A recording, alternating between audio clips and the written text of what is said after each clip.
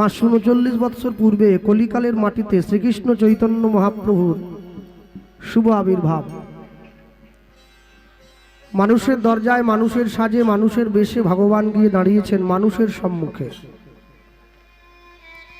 জীব নিত্য কৃষ্ণ দাস ইহা ভুলি গেল, মায়া পিশাচি জীবের গলেতে বান্ধিল। কৃষ্ণ নাম কর জীব, আর সব মিছে, পালাইবার পথ নাই, দেখো জম আছে পিছে। হরিনাম কৃষ্ণ নাম মোদের পারেরও সম্বল,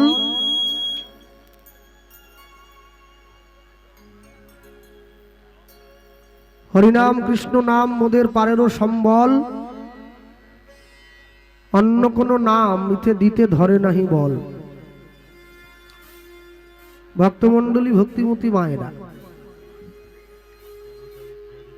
আজকে যেমন ভগবানের কথা শোনার জন্য তার ভক্তদের ভিড় হয়েছে,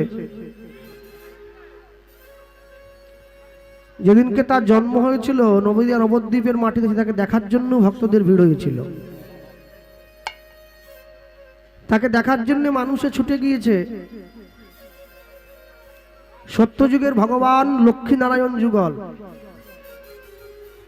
ত্রেতা যুগের ভগবান রাম সীতা যুগল, দাপর যুগের ভগবান রাধা কৃষ্ণ যুগল, কলিকালের ভগবান নিতাই গৌরাঙ্গ যুগল। এখন কথা হলো, যারা বৃন্দাবনে যায়, বৃন্দাবনে গেলে প্রত্যেকটা কথা শুরুতে বা শেষে দাঁড়িয়ে মানুষকে একটা কথা বলতে হয় আগে, যেটা না বললে নিজেদের সম্মান চলে যায়। সেই কথাটা হলো রাধে রাধে। যারা বৃন্দাবন গিয়েছেন তারা জানেন, আর যারা জান নাই তারা লোকের মুখ থেকে শুনে কথাটা রপ্ত করেছেন। বৃন্দাবনে গেলে আপনি যে কর্মই করুন না কেন, কথার শুরুতে আপনাকে আগে বলতে হয় রাধে রাধে। ঠিক তেমনি ভাবে যদি কেউ অযোধ্যায় যায়, তাকে যে কোনো কথার শুরুতে দাঁড়িয়ে প্রথমে স্বীকার করতে হয় রাম রাম। তাহলে বৃন্দাবনের মানুষ শ্রীমতী রাধারানীকে অন্তরে জায়গা করে দিয়েছে, আর অযোধ্যার মানুষ রামচন্দ্রকে অন্তরে জায়গা করে দিয়েছে। কিন্তু পশ্চিমবঙ্গে থেকে কেউ যদি সারা জীবনেও একবার জয় নিতাই জয় গৌর না বলে, তাহলে তার জীবনের কোনো কিছু ক্ষতিও হয় না, কিছু যায়ও আসে না। তাহলে এইখানে এই পর্যন্ত পরিষ্কার হওয়া যায় যে আমরা মহাপ্রভুকে শুধুমাত্র সিংহাসনে বসিয়ে পুজো করছি এই পর্যন্তই, কিন্তু অন্তরের সিংহাসনে এখনো পর্যন্ত বসাতে। মানুষ পয়সা দিয়ে অনেক বড় একটা বাড়ি তৈরি করতে পারে, কোনোদিন শান্তি কিনতে পারবে না। পয়সা দিয়ে বাজার থেকে অনেক দামি একটা ঘড়ি কিনে হাতে পরা যায়, কিন্তু সময় কোনোদিন কিনতে পাওয়া যায় না। বলছে সোনার ঘড়ি টিক টিক টিক, যা কিছু হইতেছে সবই হইছে ঠিক। জীবন চলিয়া যায় নদীর স্রোতের প্রায়, যে ইহা না বুঝিল তারে ধিক শতধিক। আর সবার শেষে গিয়ে বললেন, পয়সা দিয়ে অনেক দামি দামি বই কেনা যায়, বিদ্যা কোনোদিন কিনতে পাওয়া যায় না। আর পয়সা দিয়ে ভালো ভালো জামা কাপড় কিনে পরে ভালো মানুষ সাজার অভিনয় করা যায়, মনুষ্যত্ব কোনোদিন কিনতে পাওয়া যায় না, ওটা অর্জন করে নিতে হয়। এটাই গৌর প্রেমানন্দ, হরি বল হরি বল। সন্ধে মানুষ ভাই, সবার উপরে মানুষ সত্য, তাহার উপরে নাই। এই কথাটা জগৎ সংসারে শুধুমাত্র যারা মানুষ তাদেরকে উদ্দেশ্য করে বলা হয়েছে। কোন গরু, ছাগল, শিয়াল, কুকুর, ব্যাঙ, টিকটিকি, গিরগিটি, আরশোলা এদেরকে বলা হয়নি। তাহলে যারা মানুষের মতো দেখতে কিন্তু আচরণটা মানুষের মতো নয়, বলে তাদের জন্য এই কথাটা বলা হয়নি, শুধুমাত্র মানুষকে উদ্দেশ্য করে বলা হয়েছে। ভক্তমণ্ডলী, ভক্তিমতী মায়েরা, জীবনের রঙ্গমঞ্চে দাঁড়িয়ে 1 2 3 করে আমরা একটু একটু করে সময় কাটিয়ে দিচ্ছি। আজকে রাত্রিটা পার হয়ে গেলে আমাদের জীবন থেকে একদিন পরমায়ু বাদ হয়ে যাবে, আমরা এক পা মৃত্যুর দিকে এগিয়ে যাব। মানে মোট কথা আমাদের জীবন থেকে একদিন পরমায়ু বাদ হয়ে গেল। তাহলে প্রত্যেকটা দিন আমি পৃথিবীতে কাটিয়ে দিচ্ছি, আর প্রত্যেকটা দিনের শেষে যদি আমার প্রকৃত বিবেক বোধ থেকে থাকে, তাহলে আমাকে হিসাব করা উচিত যে এই একটা দিন আমি নিজের জন্য, সংসারের জন্য সব কিছু করলাম, ভগবানের জন্য কতখানি সময় দিলাম। যে বাড়ির ছেলেরা মাধ্যমিক উচ্চ মাধ্যমিক পরীক্ষা দেয়, সেই বাড়ির ছেলেমেয়েরা 2 বছর সময় নষ্ট করে, 9, 10 মাধ্যমিক, 11, 12 উচ্চ মাধ্যমিক। তাহলে পরীক্ষাটা কতক্ষণের জন্য হয়? পরীক্ষাটা 3 ঘন্টার জন্য হয়। তাহলে 3 ঘন্টার পরীক্ষার উত্তর লেখার জন্য তুমি 2 বছর সময় নষ্ট করতে পারো, তুমি মানব জীবনের উত্তর বের করবে নিজেকে কতক্ষণ সময় দিয়েছো?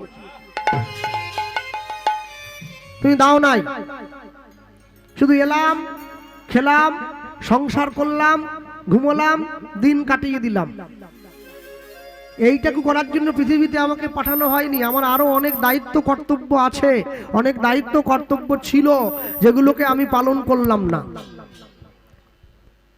আজকে যে চৈতন্য মহাপ্রভুকে আপনারা দেখতে পাচ্ছেন, যে চৈতন্য মহাপ্রভু আমাদের সম্মুখে দাঁড়িয়ে রয়েছেন দুটো হাত তুলে, খালি গায়ে উত্তরীয়টা নিয়ে, এই চৈতন্য মহাপ্রভুকে আমরা কোনোদিনের জন্য অন্যরকম ভাবে দেখতে অভ্যস্ত নই, সবসময় এইভাবেই অভ্যস্ত। যাদের বাড়িতে মহাপ্রভুর ছবি আছে, মহাপ্রভুর সেবা হয়, মহাপ্রভুর পুজো হয়, তারা এইভাবেই মহাপ্রভুকে পুজো করে। দুটো হাত, খালি গা, মহাপ্রভু দাঁড়িয়ে রয়েছে, আর হাতে হাতে কিচ্ছু নেই, দুটো হাত তুলে রয়েছে। আশ্চর্য কি জানেন? সব থেকে বড় আশ্চর্য হলো, কেউ যদি জিজ্ঞাসা করে চৈতন্য মহাপ্রভু কি সুভাষচন্দ্র বসুর মতো আঙুল বাড়িয়েছিল? মানুষকে বলতো give me blood I shall give you freedom, তোমরা আমাকে রক্ত দাও আমি তোমাদের স্বাধীনতা দেবো, তা তো বলেননি। চৈতন্য মহাপ্রভু কোনোদিনের জন্য কোনো কালে, কস্মিন কালে সুকান্ত ভট্টাচার্যের মতো গালে হাত দিয়েও থাকেননি, কোনোদিন বিশ্বকবি রবি ঠাকুরের মতো বড় দাঁড়িয়েও রাখেননি, শুধুমাত্র হাতটা তুলে আছেন, খালি গায়ে একটা উত্তরীয় গায়ে নিয়ে আছেন, একটা কাপড় পরে আছেন। কিন্তু এই যে চৈতন্য মহাপ্রভু আমাদের মধ্যেখানে এসে দাঁড়িয়েছেন, যে মানুষটা আমাদেরকে মহাপ্রভুকে চিনিয়ে দিল, চৈতন্য মহাপ্রভু দেখতে এইরকম ছিল, যার জন্য চৈতন্য মহাপ্রভুকে আমরা এত কাছ থেকে, এত নিকট থেকে পেয়েছি, যে মানুষটার জন্য চৈতন্য মহাপ্রভুকে আমরা অতীব নিকট থেকে পেলাম, আমরা কোনোদিন সেই মানুষটার অবদানকে স্বীকার করলাম না। কেন? সবসময় মনে রাখতে হয়, তুমি যার জন্য রামের মা, তুমি সেই কৌশল্যাকেই চেনো না। তুমি যদি কৌশল্যাকে না চেনো, তুমি কোনোদিন রামকে চিনতে পারবে না। রামকে চিনতে না পারলে, কৌশল্যাকে চিনতে না পারলে, রামের চরিত্র তোমার সামনে ধরা দেবে না। হ্যাঁ, যখন রামচন্দ্র রাবণকে বধ করে মা কৌশল্যাকে ফিরে গিয়ে প্রণাম জানিয়েছে, মা কৌশল্যা রামচন্দ্রকে প্রশ্ন করছে, রাবণকে মারা হলো? আস্তে কথা বলবেন না। 1 পা 2 পা করে গিয়ে মা কৌশল্যা রামচন্দ্রকে প্রশ্ন করছে, রাবণকে মারা হয়ে গেল? রামচন্দ্র যদি প্রকৃত বুদ্ধি সম্পন্ন ছেলে না হয়ে কোনো সাধারণ ছেলে হতো, এক কথায় উত্তর দিয়ে দিত যে হ্যাঁ, রাবণকে মেরেই আমি তোমার কাছে এলাম। কিন্তু রামচন্দ্র সেই উত্তরটা দেননি। রামচন্দ্র উত্তর কি দিয়েছিলেন? রামচন্দ্র উত্তর দিয়েছিলেন, রাবণকে মারা হয়নি। কাকে মারা হয়েছে? ত্রিভুবনের সব থেকে বড় বীর, 10 মাথাওয়ালা 20 হাতওয়ালা, চতুর্বর্গরূপী বেদের জ্ঞান স্বরূপ পণ্ডিত, নিজের অকাল বোধন দুর্গা পূজায় নিজের মৃত্যু আহুতি প্রদানকারী, পৃথিবীতে দেবাদিদেব মহাদেবের যত মন্ত্র আছে সমস্ত মন্ত্রের লেখক, সৃষ্টিকর্তা, পরম জ্ঞানী, পরম পণ্ডিত, পরম বিজ্ঞ, পরম প্রাজ্ঞের অহংকারকে বধ করা হয়েছে, রাবণকে বধ করা হয়েছে। হরিবল হরিবল। আমি অনেক অনেক বাড়িতে কীর্তনে গেলে শুনি, সেই বাড়ির বয়স্ক মায়েরা আমাকে বলে, বাবা আজ তাহলে কি লীলা গাইবে?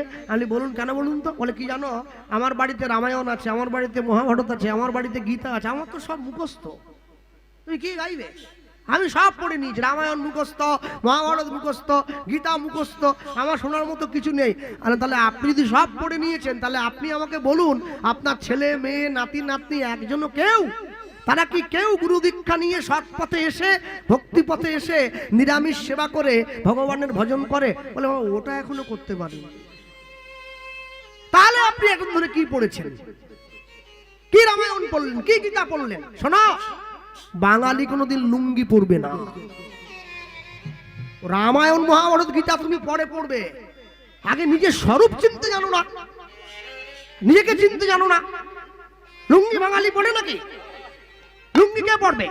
লুঙ্গি হাসেম মিয়া পরবে শুক্রবার করে, লুঙ্গি পরবে, পাঞ্জাবি পরবে, টুপি পরবে, মসজিদে যাবে।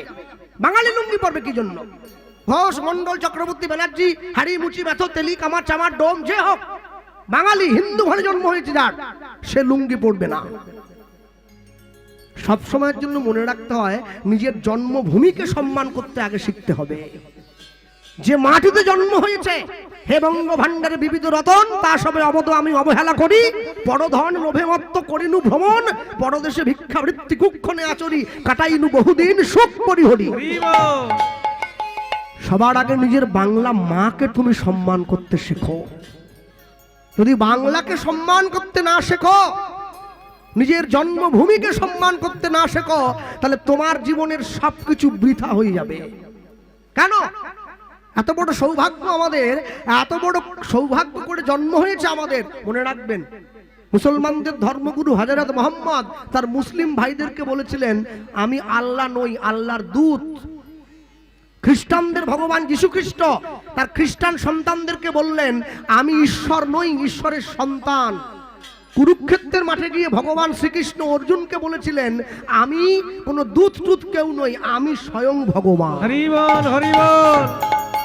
যার জন্য কোটে গিয়ে লাল কাপড়ে মোড়া বইটায় হাত দিয়ে শপথ করে, যাহা বলিব সত্য বলিব, সত্য ছাড়া মিথ্যা বলিব না। এটা কোরআন নয়, এটা বাইবেল নয়, এটা শ্রীমদ ভগবত গীতা। কেন? যারা কোটে গীতা রেখেছে ওরা কি আমার মতো টু পাস নাকি? কেন রাখলো গীতা? ওরা জানে গীতায় হাত দিয়ে কেউ যদি মিথ্যে কথা বলে, ইহজগতের কোটে ছাড়া পেলেও পেয়ে যেতে পারে, ঈশ্বরের কোটে বিচারটা তোলা থাকবে, ঠিক সময়ে গিয়ে বিচারটা হয়ে যাবে। দেখেন না, দুর্গাপূজার সময় প্রত্যেকটা দোকানে দোকানে অ্যাডভার্টাইজ দিচ্ছিল, সোনার দোকানে সোনার গয়নার মজুরিতে 25% করে ছাড়। হ্যাঁ, লোকে লাইন দিয়ে সোনা কিনছে, সব সোনা, আপনি যা কিনবেন, কানের দুল কিনলেও 25% ছাড় আছে। মনে রাখবেন, সোনার গয়নার মজুরিতে 25% ছাড় থাকে। কেউ যদি ঈশ্বরের নাম অন্তর দিয়ে গ্রহণ করতে পারে, তার জীবনের 100% ছাড় হয়ে যাবে। হরি বল, হরি বল। কেন 100%? কোনটা 25%? একটা মানুষ দুপুরবেলা ঘুমিয়ে বিছানায় গিয়ে, দুপুরবেলা ভাত খেয়ে বিছানায় গিয়ে শুয়েছে, আর বিছানায় গিয়ে শুয়ে ভগবানের নাম গাইছে, আর ভগবানের নামটা গুনগুন করে গাইতে গাইতে ঘুমের মধ্যে প্রাণটা চলে গেল। কোনো কষ্ট নেই, কোনো ভোগান্তি নেই, কোনো টানা হেঁচড়া কিছু নেই, ঘুমের মধ্যে প্রাণটা চলে গিয়েছে, এটা 100% ছাড়। আর এমনও লোক আছে যে 10 বছর বিছানায় পড়ে আছে, পায়খানা পেচ্ছাপ করে গায়ে মেখে নিচ্ছে, মরতে চায় কিন্তু মরে না, এটা 25% ছাড়। আপনাকে ঠিক করতে হবে আপনার কোন ছাড়টা দরকার, 25 নাকি 100। যে মানুষটার জন্য আমরা চৈতন্য মহাপ্রভুকে এত কাছ থেকে পেয়েছি, যার জন্য চৈতন্য মহাপ্রভুকে আমরা পেলাম, হরিসভায় দাঁড়িয়ে সেই মানুষটার কথা আমরা শুনব। হরিসভায় দাঁড়িয়ে অধ্যকার গীতব্য লীলা মাধুর্য, যে পরম বৈষ্ণব চৈতন্য মহাপ্রভুকে আমাদের সঙ্গে পরিচয় করিয়ে দিয়েছেন, সেই মানুষটা অন্য কেউ নয়। তিনি এই বঙ্গের মানুষ নয়, তিনি ওই বঙ্গের মানুষ, যাকে আপনারা বাংলাদেশ বলে বর্তমানে জানেন। এক কথায় বলা হতো পূর্ববঙ্গ, এটা পশ্চিমবঙ্গ। ওই বাংলাদেশের ফরিদপুর জেলার কাঞ্চনপল্লী গ্রামের 11 বছরের বিধবা মায়ের একমাত্র সন্তান। মা বৈধর্য পালন করছে, ছেলের বয়স 11। মায়ের কাছে গিয়ে হাত জোড়ো করে মাকে বলছে, মা আমায় বলতে পারো কোথায় গেলে গৌর পেতে পারি? মা সঙ্গে সঙ্গে বলছে, পড়াশুনো কর, খেলাধুলো কর, বন্ধু বান্ধবদের নিয়ে ঘুরে বেড়া, এই বয়স থেকে গৌর গৌর করে ছুটে বেড়ালে হবে? ছেলে বলছে, মা সবাই যদি চাকরি করবে তাহলে ভক্ত হবে কে? সবাই করছে, করুক না, আমি একটু অন্য পথে যাই, কলিযুগের মানুষকে গৌর দিতে হবে, মানুষের খুব দরকার। মা বলছে, খোকা আমি তো জানি না গৌর কোথায় আছে, তবে এইটুকু শুনেছি পশ্চিমবঙ্গের, ভারতবর্ষের পশ্চিমবঙ্গের নবদ্বীপ বলে একটা ছোট্ট জায়গায় কলিযুগের ভগবানের নাকি জন্ম হয়েছে। তো যদি একবার নবদ্বীপে কষ্ট করে যেতে পারিস, পেলেও তুই পেতে পারিস, তবে হ্যাঁ, নবদ্বীপের ঠিকানা কিন্তু আমার জানা নেই, তোকে লোককে জিজ্ঞাসা করে যেতে হবে। আর তখন তো গাড়ি ঘোড়া ছিল না, পায়ে হেঁটে আসতে হতো। মায়ের কাছে প্রণাম জানিয়ে ছেলে নবদ্বীপে আসছে গৌর খোঁজার জন্য। হরিসভায় দাঁড়িয়ে আস্বাদিত গীতব্য লীলা মাধুর্য প্রথম থেকে গাইছি। পরম বৈষ্ণব মহাজন শ্রীল বাসুদেব দত্ত ঠাকুরের শ্রী গৌরাঙ্গ। হৃদয় গৌর প্রেমানন্দ হরি বল। মায়ের কাছে প্রণাম জানিয়ে ছেলে আসছে গৌড় খুঁজতে, মোর গোড়া গুনে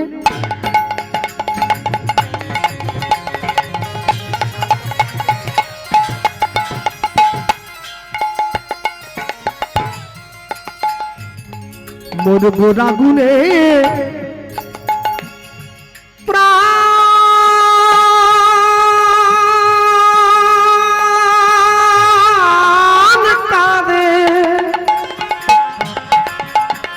উলুধ্বনি নিদাই গৌর হরি হরি বল।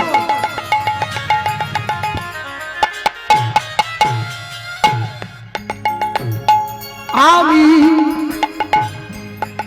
আমি আমি কি বুদ্ধি করিব হয় না গোরা গুনে গোরা গোরা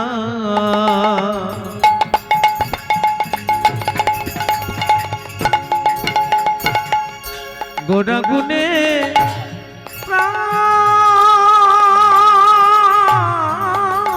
কাঁদে গোদায় আমার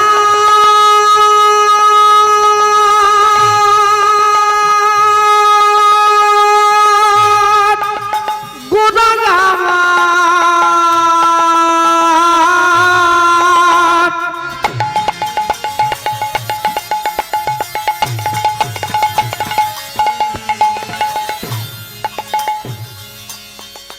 গোদায়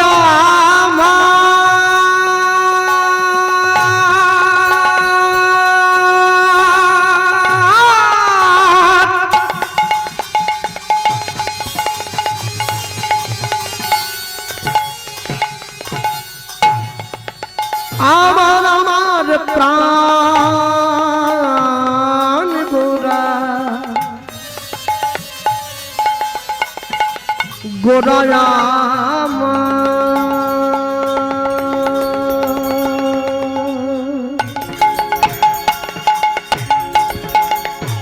গোরা গুনে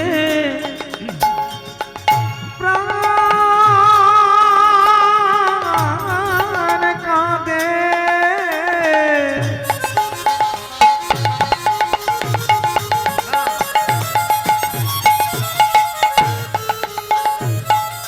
আমি আমি কি বুদ্ধি করিব গোরা গুনে প্রাণ কাঁদে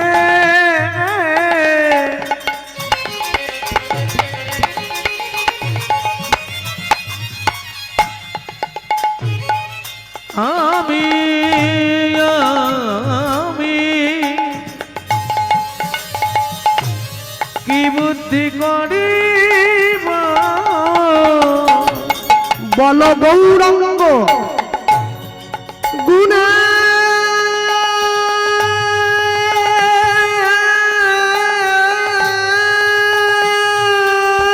নিধি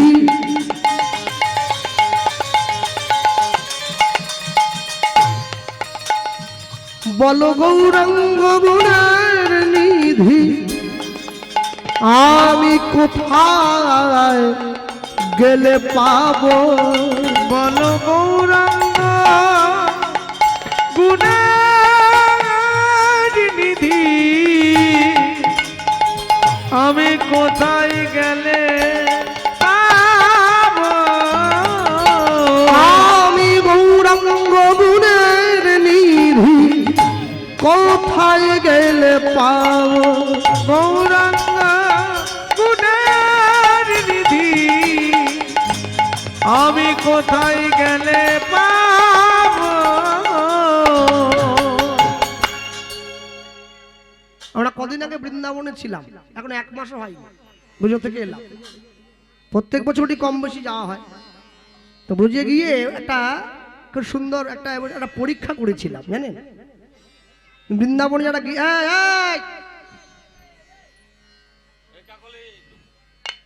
বৃন্দাবনে গেলে দেখবেন অনেক বানর থাকে, চশমা পড়ে গেলে চশমা নিয়ে পালায়, মোবাইল নিলে মোবাইল নিয়ে পালিয়ে যায়। আর এই বানরগুলোকে যদি ওই একটা করে কলা দিয়ে দেন ওরা একবারে খুব খুশি হয়, কলা চাওয়ার জন্যই আসে কাছে আর কি। তার মাকে গিয়ে বললাম একটা 50 টাকার নোট দেখি। মা বলে টাকা নিয়ে কি দাও না। হাতে টাকাটা দিয়েছে, তো এক হাতে টাকা আর এক হাতে দুটো কলা ধরেছি এইভাবে। এবার বানরটার দিকে বাড়াচ্ছি, দেখলাম ও পাঁচিল থেকে নেমে এসে চিন্তা করছে কোনটা নেব, টাকা না কলা। তা ও তো 50 টাকার গুরুত্ব বোঝে না, ও কি করলো টাকাটা নিল না, বুঝলেন, চট করে হাত থেকে কলা দুটো নিয়ে দৌড় দিল। আমি টাকাটা নিয়ে গিয়ে মাকে ফেরত দিলাম। মা বলছে তাহলে এটা দিয়ে কি প্রমাণ হয়? আমি বলি এটাই প্রমাণ হয় যদি বানরটার প্রকৃত বুদ্ধি থেকে থাকতো ও কলাটা নিত না, ও টাকাটা নিয়ে যেত। কেন? যদি প্রকৃত বোধ থাকতো এইটুকু মাথায় পরিষ্কারও জায়গা দিয়ে দিত যে যদি আমি কলাটা না নিয়ে টাকাটা নেই, টাকাটা কাছে থাকলে আমি অনেকগুলো কলা কিনতে পারবো, কিন্তু দুটো কলা বেশিক্ষণ আমার কাছে থাকবে না। আর টাকাটা থাকলে অনেকগুলো কলা কেনা যায়। সংসারী মানুষের সামনে দুটো জিনিস একসঙ্গে দাঁড় করানো আছে, একদিকে গোবিন্দ চরণ, একদিকে সংসার। মানুষের বোধ নেই, মানুষ যদি চায় তাহলে গোবিন্দ চরণটা নিয়ে নিতে পারে। গোবিন্দ চরণটা নিলে সংসারটা ফ্রি পাওয়া যায়, buy one get one free. কিন্তু সংসারটা নিয়ে নিলে গোবিন্দ চরণটা বাদ হয়ে যায়। আর যে সংসারের মধ্যে থেকে গোবিন্দকে ডাকে সেটা তো কৃষ্ণের সংসার। আমি যখনই সংসারটাকে জড়িয়ে ধরলাম, গোবিন্দ চরণটা আমার থেকে আস্তে দূরে চলে গেল। কারোর যদি বাড়িতে মুদিখানার জিনিস শেষ হয়ে যায়, তাকে মুদিখানার দোকানে যেতে হয়। সবজির দোকানে গেলে মুদিখানার জিনিস পাওয়া যায় না। কারো যদি বাড়িতে টিভিতে ছবি না আসে, তাকে টিভির মিস্ত্রির কাছে যেতে হয়। কলের মিস্ত্রির কাছে গেলে টিভিতে ছবি আসবে না। কেউ যদি ভগবানের সঙ্গে সাক্ষাৎ করতে চায়, তাকে ভক্তের কাছে যেতে হয়। অভক্তের কাছে গেলে কোনোদিন ভগবানের সঙ্গে দেখা করা যায় না।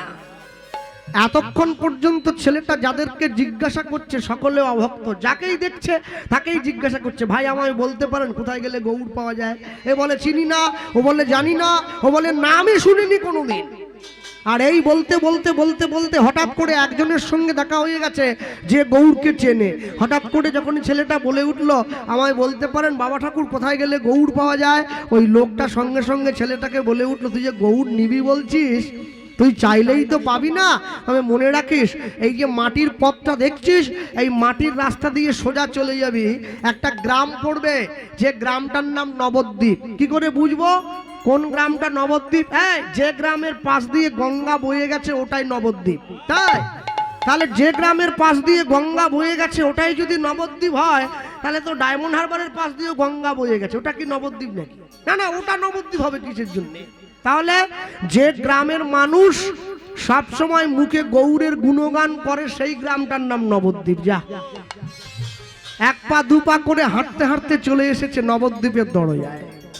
মা গঙ্গার পাড়ে বসে আছে, মনে মনে চিন্তা করছে এমন কাকে জড়িয়ে ধরবো, যাকে জড়িয়ে ধরলে যে আমাকে গৌড়ের ঠিকানাটা বলে দিতে পারবে।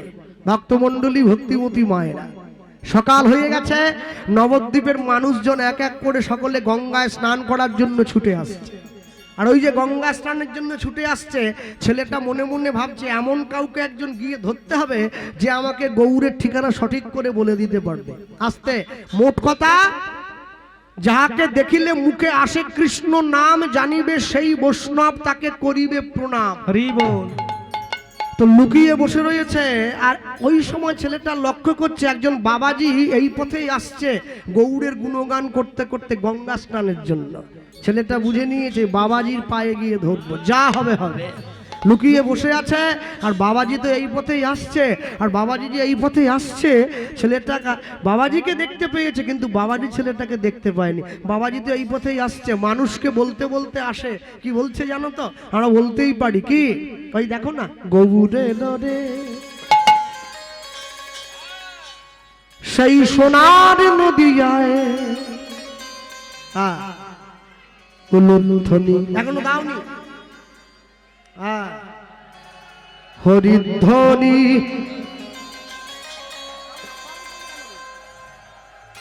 শব্দ শোনা যায় গৌরে লোরে। ওই তো গৌর একটু হাত তোলা যায়,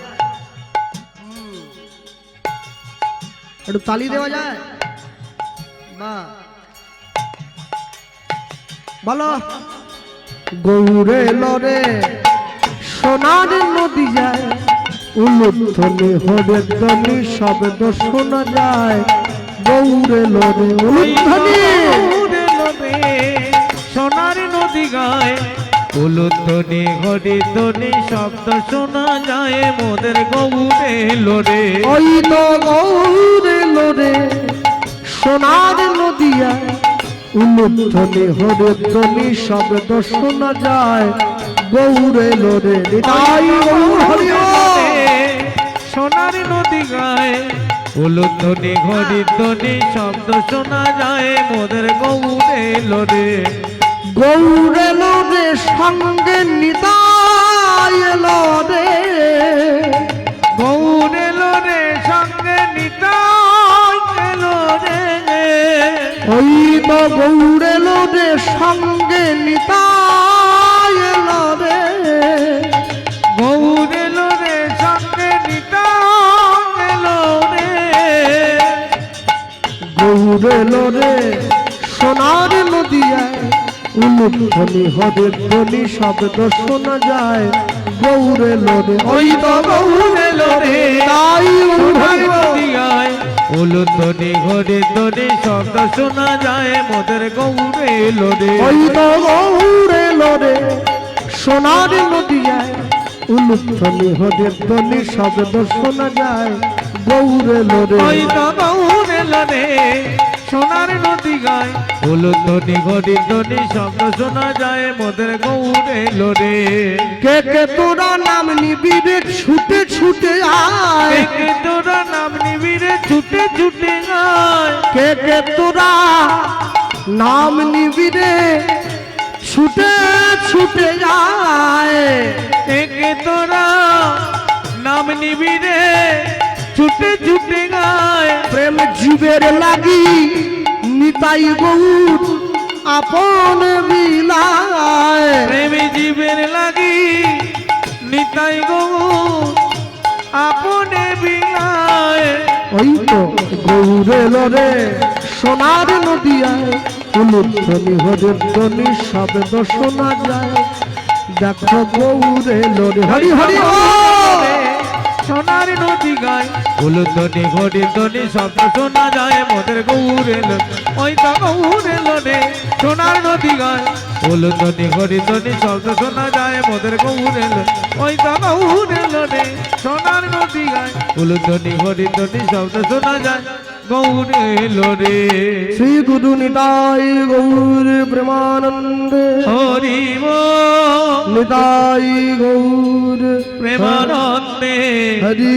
হরি ছেলেটা লুকিয়ে বসেছিল, ঝাঁপ দিয়ে গিয়ে পায়ে পড়লো। এইখানে পাছাড় পাছাড় পাছাড় আরেকটু। বাবাজি এক্ষুনি পড়ে যেতাম। হ্যাঁ তুই আরে পাছাড় দে। বাবাজি মনে মনে ভাবছে ছেলেটা মনে হয় ভিক্ষা ঠিক খাচ্ছে। গঙ্গা চান করার সময় কেউ টাকা সঙ্গে নিয়ে আসে, পাছাড়। আমি চান করে ঘরে গিয়ে তোকে পয়সা দেবো। ও তো ছাড়ছে না, যা পায়ে পড়ে ছাড়া কোনো প্রশ্নই নয়। অনেকক্ষণ ধরে জড়িয়ে থাকার পরে এইবারে বাবাজির রাগ হয়ে গেল। ছেলেটার দিকে তাকিয়ে বলে উঠলো, চোরের মতো পাটা জড়িয়ে ধরলি, পাটা ছাড়। যেই চোর বলে দিয়েছে পাটা ছেড়ে দিয়েছে। উঠে দাঁড়িয়ে বাবাজির দিকে তাকিয়ে বলে উঠলো, মুখ সামলে কথা বলো। তোমার পায়ে পড়েছি বলে বিনা দোষে বিনা কারণে তুমি পরের বাড়ির ছেলেকে চোর বলতে পারো না। বাবাজি বলে উঠছে, এইটুকু ছোট্ট ছেলেটা তোর কাছ থেকে আমি শিখবো কার সঙ্গে কিরম করে কথা বলতে হয়। বেশ করেছি বলেছি, আবার বলবো, তুই চোর, তুই চোর, তুই চোর। যেই বাবাজি বলল, ছেলেটা বাবাজির কাছে দাঁড়িয়ে উঠে বলছে, আসলে বাবাজি কি জানো তো, তুমি যে আমাকে চোর বললে, দোষ তোমার নয়, দোষ তোমার জন্মের। আমার জন্ম তুলছে, তুই আমাকে চিনিস? এই নবদ্বীপের মাটিতে আমার কি ক্ষমতা তুই জানিস? না না, তুমি রাগ করো না। মনে রাখবে কি, যে নিজে যেমন সে অন্যকে মনে করে তেমন। যার যেমন ভাব তার তেমনি লাভ। যার যেমন কান তার কানে ঢোকে তেমনি গান। আসলে তুমি নিজে চোর তো, তাই সবাইকে দেখলেই তোমার কেমন যেন একটা চোর চোর বলে মনে হয়। বাবাজি বলছে, তুই যে আমাকে বললি এত লোকের সামনে দাঁড়িয়ে আমাকে চোর বললি, আমাকে চোর বদনাম দিলি, তুই যে চোর বলে দিলি, প্রমাণ করতে পারবি? হ্যাঁ, করে দেবো, করে দেবো। তবে হ্যাঁ, তুমি যে কত বড় চোর এটা প্রমাণ করে দেওয়ার পরে তুমি আমায় বলো, তোমার যদি সম্মান চলে যায় সে দায়িত্ব কিন্তু আমি নেব না, সে দায়িত্ব তোমার। আচ্ছা তাই, বেশ, তাহলে বল। শোনো, জোরে বললে কি খুব একটা ভালো লাগবে না? না, জোরে বল না। বাবাজি মনে মনে জানে এইটুকু ছেলে আমার ব্যাপারে কি এমন আর বলবে। ছেলেটা বাবাজির সামনে কাছে দাঁড়িয়ে বলে উঠছে, তুমি কেমন চোর জানো? মনে রাখবে, শোনো বাবাজি, দাপর যুগে ভগবান কৃষ্ণের গরু চুরি করেছিলে বলে কলিযুগে ভগবান তোমায় ন্যাড়া করে ছেড়ে দিয়েছে, আমি সব জানি। আরে চুপ কর, আরে আরে আরে চুপ কর, চুপ কর, আরে আরে। বুকে জড়িয়ে ধরেছে, মনে মনে ভাবছে এইটুকু বাচ্চা ছেলে আমার হাড়ির খবর জানলো কি করে। আপনারা বুঝতে পারছেন তো কার পায়ে পড়েছে? বোঝেননি? হরিদাস, সৃষ্টিকর্তা ব্রহ্মা। দাপর যুগে ভগবান কৃষ্ণের 9 লক্ষ ধেনু চুরি করেছিল, কলিযুগে তো সেই লোকটাই হরিদাস হয়েছে। দিবানিশি 3 লক্ষ নাম করে চুরির ঋণ শোধ করছে। বাসুদেব দত্ত তার পায়ে গিয়ে পড়েছে। আর ওই যে পায়ে গিয়ে পড়েছে, হরিদাস ঠাকুর বলে, খোকা তুমি তুমি তোমার নাম কি বাবা? আগে আমার নাম বাসুদেব দত্ত। বাসুদেব দত্ত?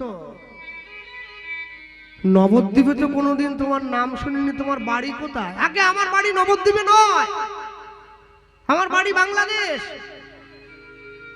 তা ওই দেশ থেকে এই দেশে কি মনে করে? আগে আমি একটা দরকারে এসেছি, আপনাকে দেখে আমার খুব ভালো লেগেছে, তাই জন্য তো আমি আপনার পায়ে গিয়ে পড়েছি। ভক্তমণ্ডলী, ভক্তিমতী মায়েরা, মনে রাখবেন, দাদু এক বাবা 3 ছেলে, তা 3 ছেলের ঘরে প্রত্যেকের ঘরে একটি করে ছেলে, মানে 3 নাতি। তো দাদু তো অনেক বড় চাকরি করত, চাকরি থেকে অবসর নিয়েছে, আর 3 নাতির জন্য ভালো ভালো চকলেট নিয়ে এসেছে। অনেক টাকা পেয়েছে তো। 3 নাতি একসঙ্গে দাঁড়িয়েছে সারি হয়ে। বড় নাতি বলছে আমার লাল চকলেটটা চাই, মেজো নাতি বলছে আমার নীল চকলেটটা চাই, ছোট নাতি ছুটে গিয়ে বলছে আমার কোনো চকলেট নাহি চাই, আমি শুধু মানুষ হতে চাই। হরি বল, হরি বল। যেই বলেছে, দাদু তার নাতিকে বুকে জড়িয়ে ধরেছে, বলে এই কথাটা শোনার জন্য তো চকলেট গুলো নিয়ে এসেছি। জীবনের আসল সম্পদ কেউ যদি অর্জন করতে পারে, তার জীবনে অন্য কিছু চাওয়ার মতো অবকাশ থাকবে না। ভক্তমণ্ডলী, ভক্তিমতী মায়েরা, নিয়ে গিয়ে যখন সম্মুখে দাঁড়িয়েছে, হরিদাস ঠাকুর বাসুদেব দত্তকে বলে উঠছে, তা বাবা ওই দেশ থেকে এই দেশে কি মনে করে? আগে আমি গৌড় খোঁজার জন্য এসেছি। একটা কথা কি জানেন, সারা বাংলায়, গোটা পশ্চিম বাংলায় যত জায়গায় কীর্তন হয়, সব থেকে দক্ষিণ 24 পরগনায় কীর্তনের চলটা বেশি। এত কীর্তন কোনো জেলায় হয় না। হয়, আমি না বলবো না, আমরা সব জেলা ঘুরে কীর্তন গাই, কিন্তু দক্ষিণ 24 পরগনার মতো এত কীর্তন কোনো জেলায় হয় না সারা বছর। আর মাঘ মাস থেকে তো বাড়ি বাড়ি হবে, পাড়া পাড়া হবে, গ্রামে গ্রামে হবে। একটা গ্রামে 4টে 5টা করে হরিবাসর একবারে ভরিয়ে যায়। হ্যাঁ, মানুষ শুনতে শুনতে বিরক্ত, বলে আর করিসনি, কত হরিনাম শুনবো। এটা যেমন ঠিক, আরেকটা কথা কিন্তু পাশে আছে।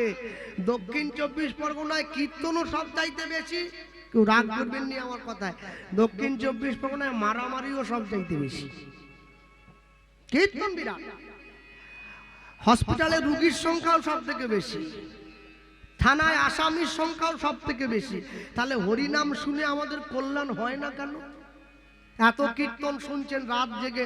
সাধারণত রাধাপদ জেঠুর পরে আসরের লোক থাকে না। আমি আজ তো নয়, আজ 19 বছর এই ক্ষেত্রে নাঙল চালিয়ে বেড়াচ্ছি। হ্যাঁ, রাধাপদ জেঠুর পরে আসরের লোক থাকে না, খুব মুশকিল। তার উপরে আবার এই ঠান্ডা। যাক, তবু যে আপনারা বসে আছেন প্রথমের মতোই আমার সৌভাগ্য। হ্যাঁ, ভক্তমণ্ডলী মায়ের, তাহলে এত কষ্ট করে যে জেলার মানুষ কীর্তন শোনে, এত কষ্ট করে যে জেলার মানুষ হরিকথা শোনে, সেই জেলার মানুষের মধ্যে এত হানাহানি থাকবে কেন? এত মারামারি থাকবে কেন? এত হিংসা কেন থাকবে? কেন থাকে জানে? মিলিয়ে নেন। আজকে যখন কীর্তন করার জন্য আমরা ওই রাস্তা দিয়ে ঢুকে এলাম আপনাদের বাড়িতে, আমাকে বসার জায়গা দিয়েছেন, ওই রাস্তার মুখটা পেরিয়ে এলাম। ওই মুখটা পেরোবার সময় অনেকগুলো দোকান বসেছে, দোকানগুলো পেরিয়ে আমরা এসেছি। আসেনি? চপের দোকান, মিষ্টির দোকান, জিলেপির দোকান, সেই সঙ্গে একটা দোকান বসেছে ডিম চাউমিনের দোকান। মনে রাখবেন, ভগবানের নাম নিয়ে কোনোদিন ছ্যাবলামও হয় না। আজ্জা পারে হোক, ডিম চাউমিন কোনোদিন হরি নামের সঙ্গে যায় না। আমরা আগুন নিয়ে খেলা করি বলে তো যে কোনো মুহূর্তে পুড়ে মরে যাই, আমাদের এই দশা। হ্যাঁ, আমরা কীর্তনও গাই, আমরা বিড়িও খাই। কীর্তন গাওয়ার সঙ্গে বিড়ি খাওয়াটা অনেক দূর। জগাই মাধাইয়ের মতো মাতালের নেশা কেটে গিয়েছিল হরিনাম শুনে। আর আমি এমনই সংসারী মাতাল যে হরিনাম শুনে নেশা আরো বেড়ে গেছে। কাটবে কোথা? হ্যাঁ, আপন ইচ্ছায় জীব কোটি বাঞ্ছা করে, ঈশ্বর পুরাইলে জীবের বাঞ্ছা তবে পুরে। লটারির টিকিট কাটে সবাই, সবাই পাবে না, পাবে যে কোনো একজন। একবার ভাবতে পারছেন কত টাকা ব্যাংকে থাকলে তার সুদ 1 কোটি টাকা হয়? টিকিট তো কাটছে সবাই। কত টাকা রাখতে হবে ব্যাংকে? আমি যতদূর জানি 1 লাখ টাকায় 700 টাকা সুদ দিচ্ছে সরকার। তাহলে কত 1 লাখ রাখলে তবে 1 কোটি টাকা পাওয়া যায়? না না, এটা করলে তো চলে না। ভগবানের নামকে সম্মান দিতে না পারুন, দয়া করে অসম্মান করবেন না। ভগবানের নামকে অসম্মান করলে অসম্মানের ভাগীদার কিন্তু কেউ হোক আর না হোক আপনাকে হতে হবে। কেন? সব সময়ের জন্য মনে রাখতে হয়, ভগবানকে আসন পেতে বসিয়ে দিয়েছি মানে যতক্ষণ পর্যন্ত আসনে সে বসে থাকবে তার মান রক্ষা করার দায়িত্ব গৃহস্থের, যে তাকে এনে বসিয়েছে। যে তাকে এনে বসিয়েছে মান রক্ষার দায়িত্ব তার। অনেকে আমার প্রশ্ন করে, তাহলে কৃষ্ণবাবু ভগবান যদি সবই সৃষ্টি করেছে, ভাত, মুড়ি, ডাল, পটলের তরকারি, ফুলকপির তরকারি, পাঁপড় ভাজা, চাটনি, তাহলে নিয়ে একটু খেতে পারেনি, আমাদের দিতে হবে কিসের জন্য? সবই যদি তার, তো 2 হাত নিয়ে খেয়ে নিবি, অসুবিধা কি? আরে বাবা ভালোবেসে তার ছেলেকে সম্পত্তি লিখে দিয়েছে, চাইলে নিজের কাছে রাখতে পারত। ছেলেকে বড্ড ভালোবাসে বলে সম্পত্তি দিয়ে দিয়েছে। ছেলের কি কর্তব্য নয় বাবাকে 4 বেলা 4 মুঠো খেতে দেওয়া?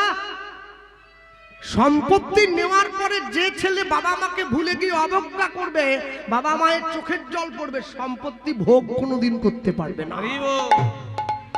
বিশ্বপিতা আমাদেরকে সম্পত্তি দিয়ে দিয়েছে, তার মানে এই নয় সম্পত্তি তার নয়, সবই তার। সে দিয়ে দিয়েছে, আমাদের কাছে আশা করে যে আমার সন্তানরা আমার 2 বেলা 2 মুঠো একটু খেতে দেবে। আমরা তাও দেই না, নকুল দানা 2টো করে দিই। নকুল দানা নয় রে ভাই, ওটা নকল দানা, সব নকল। আর একটা গ্লাস আছে, এই যে বাসনের দোকানে গিয়ে বললেই দেয়, ঠাকুরের গ্লাস দাও, 5 টাকা পিস। আমার বুড়ো আঙুল ছোট, তোমার বাড়ির 3 বছরের বাচ্চা সে জল খায় বড় গ্লাসে, আরেকটা ধেড়ে ঠাকুরকে তুমি সিংহাসনে বসে দেখেছো, তাকে জল দিচ্ছ মেপে। এ কি সিরিঞ্জের বোতল নাকি যে ওষুধ দিচ্ছ? হ্যাঁ, সব সময় মনে রাখবেন, তুমি যাই করো না কেন ঈশ্বরের সত্তাকে ভুলবে না। লিখতে গিয়ে কবি লিখেছিলেন না বড় দুঃখের সঙ্গে, কি সুন্দর যত্ন করে লিখেছেন, প্রলয় সৃষ্টি তব পুতুল খেলা, নিরজনে প্রভু নিরজনে খেলিছ। এ বিশ্বলয়ে বিরাট শিশু আন মনে খেলিছ ধ্বনি এ বিশ্বলোকে বিরাট শিশু আন মনে খেলিছ প্রলয় সৃষ্টি তব পুতুল খেলা নিরজনে প্রভু নিরজনে খেলিছ এ বিশ্বলোকে তাই গৌর প্রেমানন্দ বিরাট শিশু আন মনে খেলিছ শূন্য মহা আকাশে তুমি মগ্ন লীলা বিলাসে দয়াময় শূন্য মহা আকাশে তুমি মগ্ন বিলাসে শূন্য মহা আকাশে তুমি মগ্ন লীলা বিলাসে হাসিছ খেলিছ তুমি হাসিছ খেলিছ তুমি আপন মনে নিরজনে প্রভু নিরজনে খেলিছ এ বিশ্বলোকে তাই গৌর প্রেমানন্দ হরি বল। শিশু আন মনে খেলিছ এ বিশ্বলোকে বিরাট শিশু আন মনে খেলিছ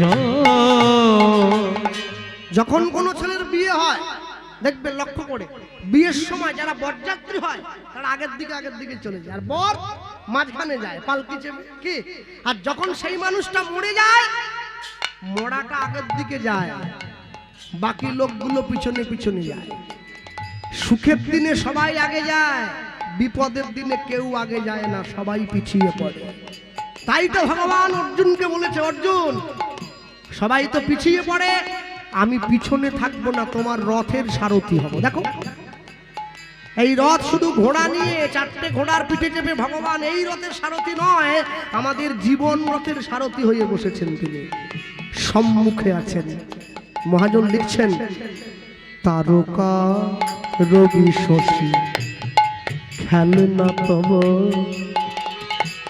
হে উদাসী পড়িয়া আছে রাঙা পায়ের কাছে রাশি রাশি কি মজার ব্যাপার জানেন যখন মা মারা গেল না মায়ের 4 ছেলে মিলে ওটা 4টে গ্রাম ডেকে দিয়েছে মা আমাদের এত ভালোবাসত 4টে গ্রামের লোক আমরা খাওয়াবো আমাদের মা বলে কথা আর মা যখন বেঁচে ছিল 4 ভাই মিলে মাকে ভাগ করলো তোর কাছে 1 মাস ও বলে তোর কাছে 1 মাস তা বড় ভাই তো আগে জন্মেছে ওর বুদ্ধি একটু বেশি ও ছুটে এসে বাকি 3 ভাইকে বলছে তাহলে যে মাসটা 29 দিনে হবে ওই মাসটা মা কোথা খাবে মানে ওটা একদিন কম হচ্ছে ছোট ভাই তো আরো মারাত্মক সে বলে যে মাসটা 31 দিনে হবে ওইটা মা কোথা খাবে একদিন বেশি হচ্ছে না মা দূরে দাঁড়িয়ে দাঁড়িয়ে কাঁদছে আমার ছেলেরা আমাকে ভাগ করছে আচ্ছা আমি যখন 4 ছেলেকে স্তনদুগ্ধ পান করিয়েছি আমি তো ভাগ করি নাই কোনটা 29 দিনে মাস আর কোনটা 28 দিনে তারকা রবি শশী খেলনা তব হে উদাসী পড়িয়া আছে রাঙা পায়ের কাছে রাশি রাশি নিতাই গৌর হরিব নিত্য তুমি হে উদাস সুখে দুঃখে অবিকার নিত্য তুমি হে উদাস সুখে দুঃখে নিত্য তুমি হে উদাস সুখে দুঃখে অবিকার নিত্য তুমি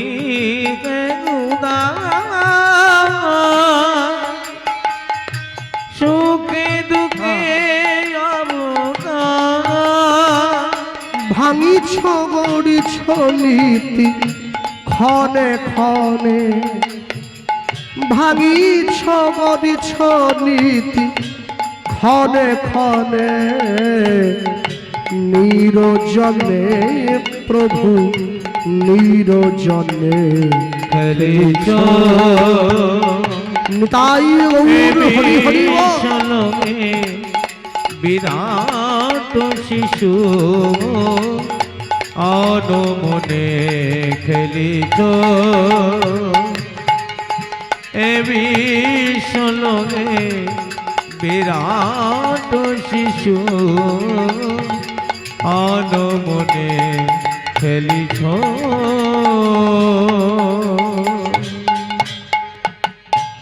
হরিদাস ঠাকুর বাসুদেব দত্তের সামনে বসে চেয়ে উঠলো, তুই যে আমার কাছে আমার পায়ে জড়িয়ে ধরলি, আমার কাছে কি চাই সেটা তো বল।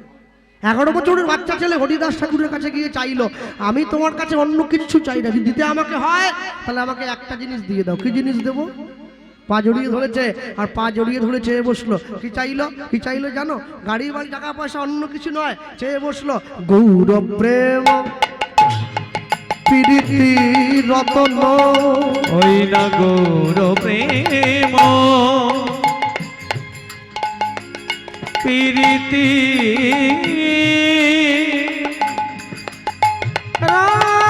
রতন গৌর প্রেম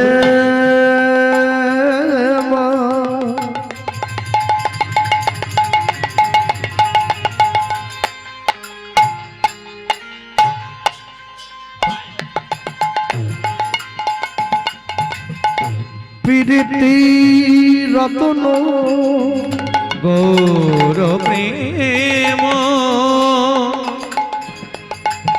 প্রীতি রতন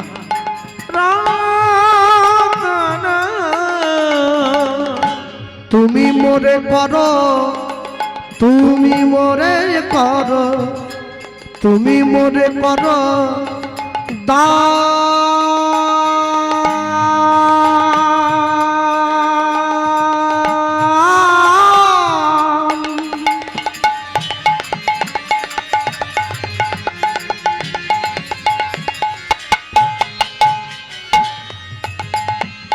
বলি বাসনা পুরা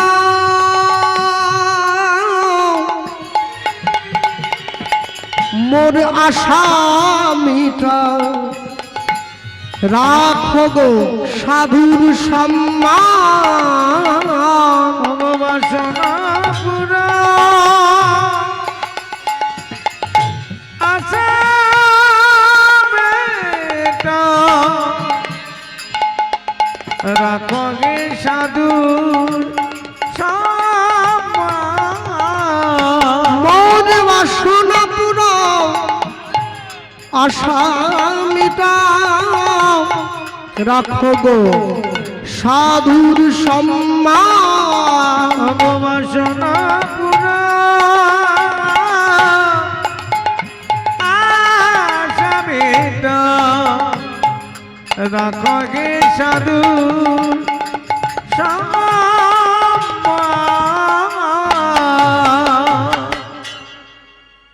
সুরধনী গঙ্গার তীরে দাঁড়িয়ে হরিদাস ঠাকুর অবাক হয়ে গেল, একটা 11 বছরের বাচ্চা ছেলে তার কাছে গৌর প্রেম চাইছে। আজ পর্যন্ত জীবনে কেউ কোনোদিন যা চায়নি। খোকা কি চাইলি রে? আর যখনই হরিদাস ঠাকুরের কাছে বসে ছেলেটা চেয়ে বসলো, হরিদাস ঠাকুর সঙ্গে সঙ্গে ছেলেটাকে বলে উঠলো, দেব। তুই যখন চাইলি আমার কাছে, আমি তোকে দেবো, তবে হ্যাঁ, দেওয়ার আগে ছুটে গিয়ে একবার গঙ্গার জলে ডুব দিয়া। না না না না না, আমি ডুব দিতে যাব আর সেই সময় তুমি দৌড়ে পালিয়ে যাবে, তা হয় নাকি? এই সাধু কোনোদিন পালায় না রে। যারা পালায় তারা চোর, যারা পালায় তারা চিটিংবাজ। সাধু কোনোদিন পালায় নাকি? হ্যাঁ, ঘরের মালিকের হাত থেকে যদি চায়ের কাপটা পড়ে ভাঙে, মালিক বলে কোম্পানি ভালো না তাই ভেঙে গেছে।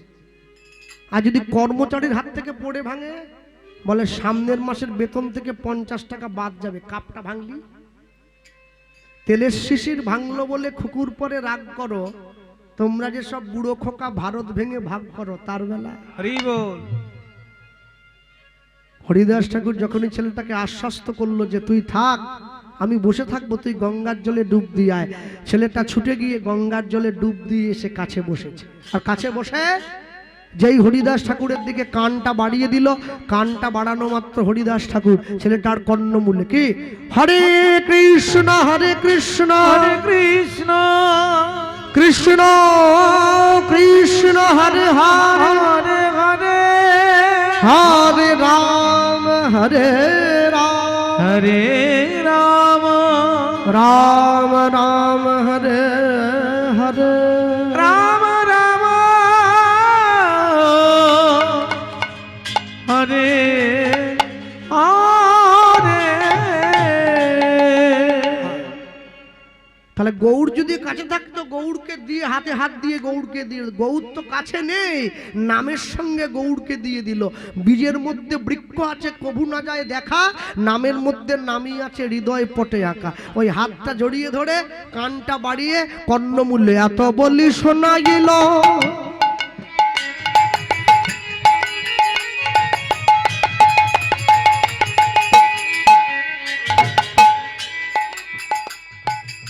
ওগো এত বলি শোনা